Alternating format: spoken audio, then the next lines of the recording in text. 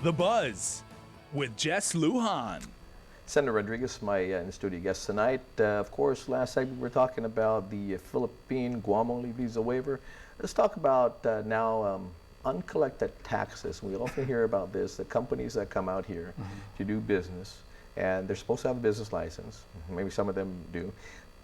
But how about the taxes again? I mean, we know that maybe they're employees that are Guam hired, they pay taxes. But how about those employees that come from elsewhere? They're not home ported here, but they're working here, getting paid here. Are we tracking how much taxes are leaking based on that?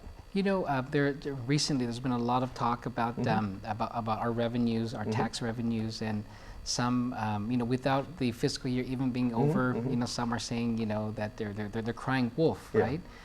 Even if they supported the budget that we passed and things are on track to, you know, to meet that budget.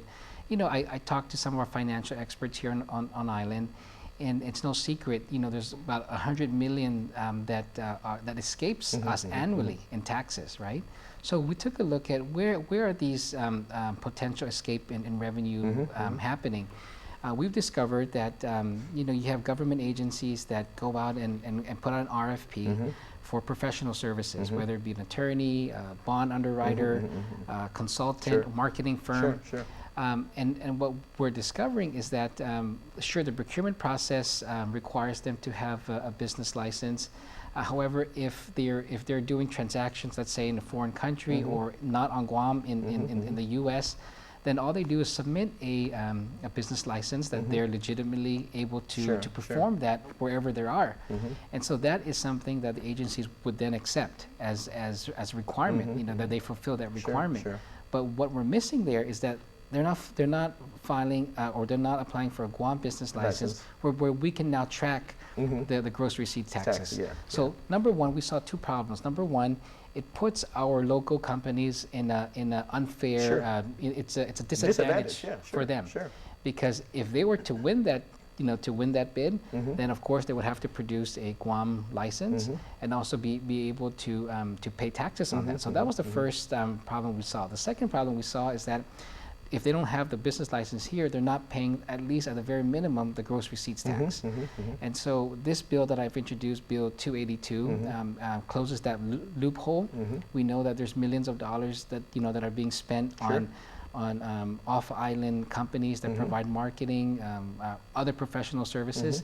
So this initiative is to not now allow them, make it harder for them to do business with the government of Guam. Is the agency now will be responsible from the very top of that contract is to withhold the gross receipts equivalent, which is 4%, and remit that to the general fund. And so now that's part of our revenues. Well, we often hear this, and I was in the legislature as well when we try to tackle this issue as well in regards to, you know, at the time, of course, this military buildup, right?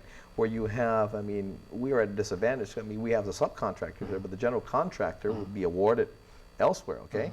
And for a contract that's going to be done out here. So what they often do is subcontract to you know, our contractors out here, right? So, you know, again, but the general contractor will get paid from the money that's generated from here, basically the money that's designated for whether the federal fund, but it's from here for that particular project. So the as you said, the contractor, the subcontractor, is a disadvantage because they're contracted to work here. They're licensed to work here. Their employees are from here. They'll pay all their GRTs, and again, their employees will pay their taxes as well. But how do we know, based on now, I'm sure this general contractor has other contracts everywhere else, but how do we know that, say, $200 million that they receive, that they're contracted to do work here, that we capture a GRT on that $200 million from the general contractor? So how do we go about, or even consultants that they send out here to do that, because they're working here, and maybe we're not capturing their taxes that are earned from here. That's right. I believe for the military buildup, that was you know, that was an issue. So this is a similar issue, and I know that the remedy there was to require that they all get a Guam business license, right? So then you can track them. For this, you know, I'll give you a scenario. You know, let's say for GVB, they have millions of dollars in contracts with a company that does their marketing Sure. and does work for them, let's say in Japan. Japan, yeah.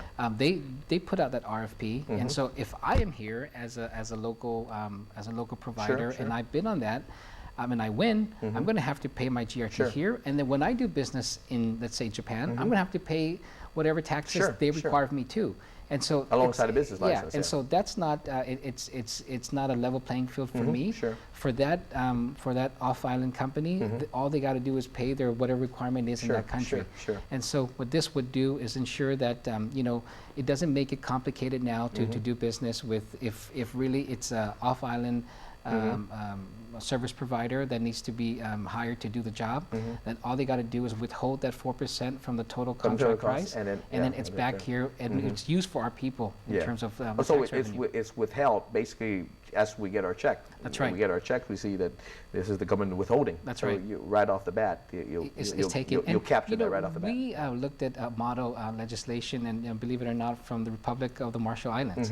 They do this. It's not just for government, but it's just across the board. Sure, If you get any services or even items that you buy from out of the from out of RMI, that they automatically withhold this 10%, so that it goes back to the for use in their community. Yeah. And it's something we can learn in that regard too, that whatever, and again, going back to, say, the military buildup, if you're a contractor, do the withholding right then and there, and capture that. Yes. And capture that And right so off the bat. we did have a public hearing on this already, and so that was one of the testimonies that that were provided, is that perhaps if we're going to do this, we can do it for other parts of where we can withhold that money ready, so we don't wait for that GRT to be paid next month. It's withheld already, so that it's used immediate use for our Senator, one of the things, again, these are all good ideas, and if implemented, we have mechanism in place to be able to do that. But one of the things we always hear, as well as, of course, in the enforcement side of the house, there's not enough people to enforce this, although there are laws in place, and we don't like laws. That's right, that's it. yeah. But we lack the funding for the enforcement thereof. So we're going to need to have people designated, not particularly, they can have other collateral duties, but that's one of the things. The biggest component is the enforstment. Yeah, You're absolutely it's right. enforcement. Yeah. And we'll, as we move forward, and perhaps as more information comes up with this bill, and we know exactly the amounts that we can be able to withhold in terms of our taxes, we can now look at how can we now ensure that not only does it go to the general fund, but we can now put more revenue, more resources to revenue tax, so that they can beef up their enforcement. We did this very recently with the ABC. With the ABC branch. For years, we know that they don't have resources for enforcement. So about 2 years ago, we passed a law that requires now this alcohol server seller training. Now you must get a training. You go to GCC or any nonprofit that does this.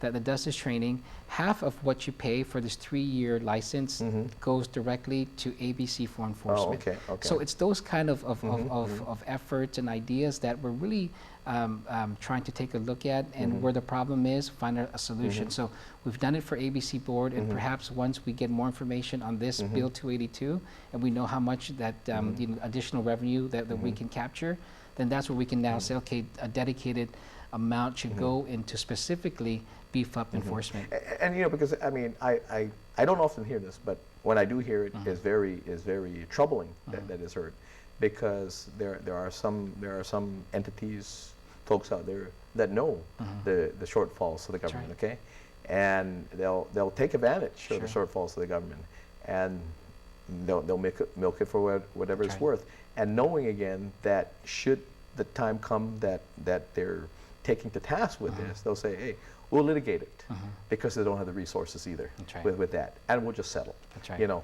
And so they'll take advantage of that, and I think that's the main problem as well, is we don't lack laws, we don't lack regulations, but we lack the enforcement and the continuance of that enforcement, right? Yeah, so as we move forward, those are the things that we have to absolutely take a look at and see how we can beef up. Okay, I got to take a quick break. We'll be right back. Okay.